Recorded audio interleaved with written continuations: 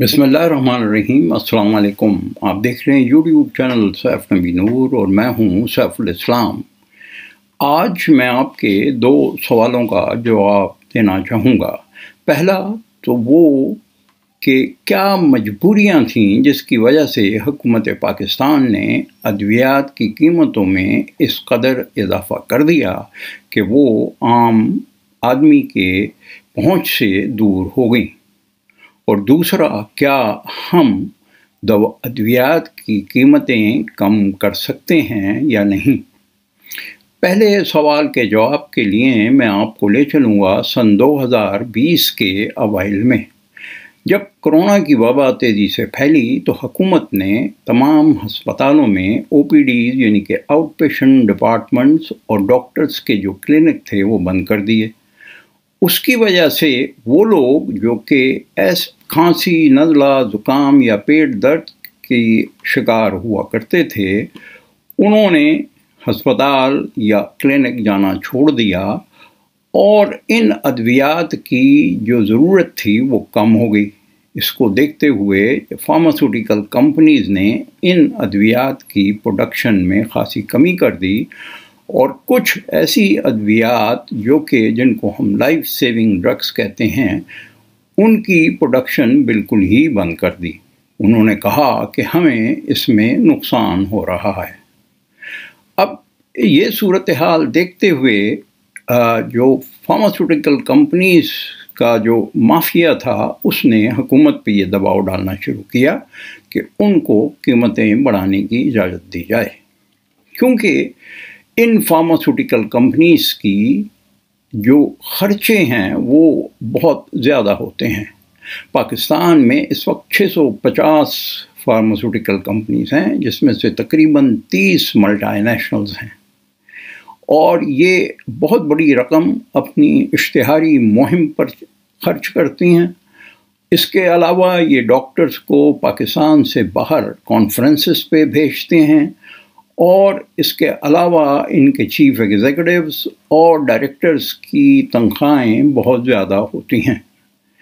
इन तमाम चीज़ों को मद्देनज़र रखते हुए जब इस माफिया ने हुकूमत पे बहुत ज़ोर डाला तो हुकूमत, एक कमज़ोर हुकूमत, इनके सामने झुक गई और 23 सितंबर 2020 को हुकूमत ने, काबीना ने ये मंजूरी दी कि अद्वियात की कीमतों में 262% इजाफ़ा कर दिया जाए। इनमें से 94 अद्वियात ऐसी थीं जिनको हम लाइफ सेविंग ड्रग्स कहते हैं। ये देखते हुए कि ये अद्वियात उन लोगों की पहुंच से दूर हो गई जिनको मैं सफ़ेद पोश कहता हूं, या वो दिहाड़ीदार लोग जो इस मुल्क में जब बीमार होते हैं तो उनका कोई पुरसाने हाल नहीं होता।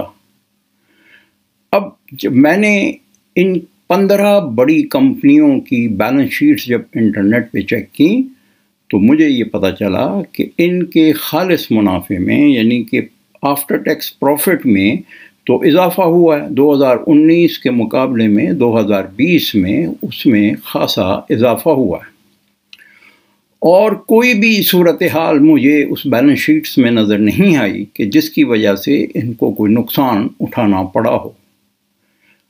इन्होंने अपने हिस्सादारान यानी कि शेयर होल्डर्स को खातर ख्वाह मुनाफे में से हिस्सा भी दिया। तो ये सारी सूरत हाल के बावजूद हुकूमत, जो कि एक इंतहाई कमज़ोर हुकूमत है, वो इस माफिया के सामने क्यों झुकी, ये एक अलहदा सवाल है। बहरहाल अब हम चलते हैं कि पाकिस्तान में अद्वियात की कीमतें किस तरह कम हो सकती हैं।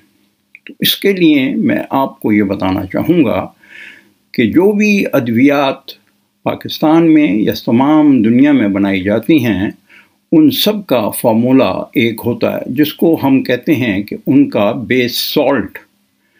अब ये बेस सॉल्ट जो होता है या जो जेनेरिक नाम होता है, ये असल में दवा तो ये होती है। जब भी कोई कंपनी कोई नई दवा ईजाद करती है तो वो एक पेटेंट हासिल कर लेती है उसका, यानी कि 20 साल तक कोई दूसरी फार्मास्यूटिकल कंपनी वो दवा नहीं बना सकती जो कि इस कंपनी ने इजाद की हो। लेकिन इस वक्त दुनिया में बेशतर अद्वियात ऐसी हैं जो कि पेटेंट की इस हद से निकल चुकी हैं, और इस वक्त इंडिया और चाइना बहुत बड़ी तादाद में जेनेरिक दवाइयाँ बना रहा है और उनको एक्सपोर्ट भी कर रहा है, और उनका सबसे बड़ा इंपोर्टर अमेरिका है। उसकी वजह ये है कि वहाँ पे एक बड़ी तादाद में जब लोग दवाइयाँ इस्तेमाल करते हैं तो वो ये नहीं देखते कि ब्रांड क्या है, वो ये देखते हैं कि उस दवा का फार्मूला क्या है। और इसी तरह डॉक्टर्स भी उनको ये मशवरा देते हैं कि वो इस फार्मूले के तहत बनी हुई दवा ख़रीद के इस्तेमाल करें। अब हमने देखना ये है कि जो जेनेरिक दवाइयाँ हैं वो पाकिस्तान में सिर्फ़ महदूद तादाद में ऑनलाइन अवेलेबल होती हैं। तो ये वक्त है कि हम पाकिस्तान में जेनेरिक दवाइयाँ बनाने के लिए लोकल फार्मास्यूटिकल कंपनीज़ को प्रमोट करें और उनको ऐसी सहूलियात मुहैया करें कि वो इन दवाइयों को पाकिस्तान में बना सकें, क्योंकि ये अद्वियात जो कि जेनेरिक नाम से बनाई जाती हैं ये ब्रांड के मुकाबले में 80% सस्ती होती हैं। मेरी तजवीज़ ये है कि अगर हुकूमत पाकिस्तान ये तमाम डॉक्टर्स को सख्ती से ये हुक्म जारी करे कि वो अपने नुस्खे में ब्रांड को ना तजवीज़ करें, बल्कि वो उस फार्मूले को या उस जेनेरिक नाम को तजवीज़ करें जो एक मरीज़ के लिए ज़रूरी है, और मरीज़ ये नुस्खा लेकर जब केमिस्ट के पास जाए तो उसके पास ये चॉइस अवेलेबल हो कि या तो वो ब्रांडेड दवा ख़रीद ले या वो जेनेरिक दवा ख़रीद ले।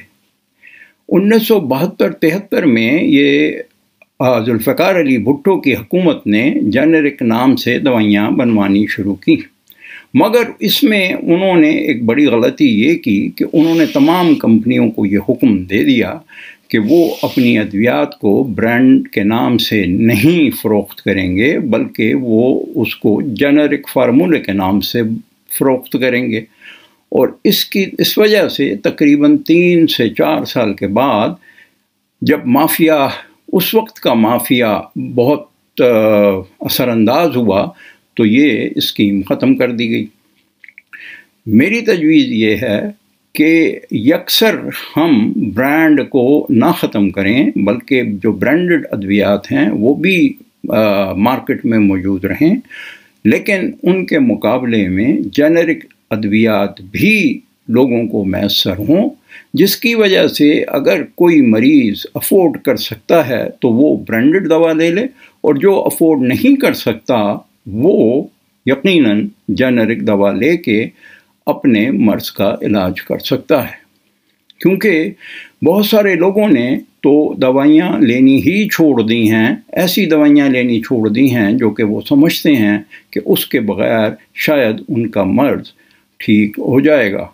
बहरहाल, अगर आप ये समझते हैं कि ये तजवीज़ काबिल अमल है तो मेरी आपसे ये दरख्वास्त है कि इस वीडियो को ज़रूर शेयर करें, ताकि हम हुकूमत वक्त पे एक दबाव ये डाल सकें कि पाकिस्तान में जेनेरिक दवाइयाँ बनाने की न सिर्फ इजाज़त दी जाए बल्कि उनको प्रमोट भी किया जाए।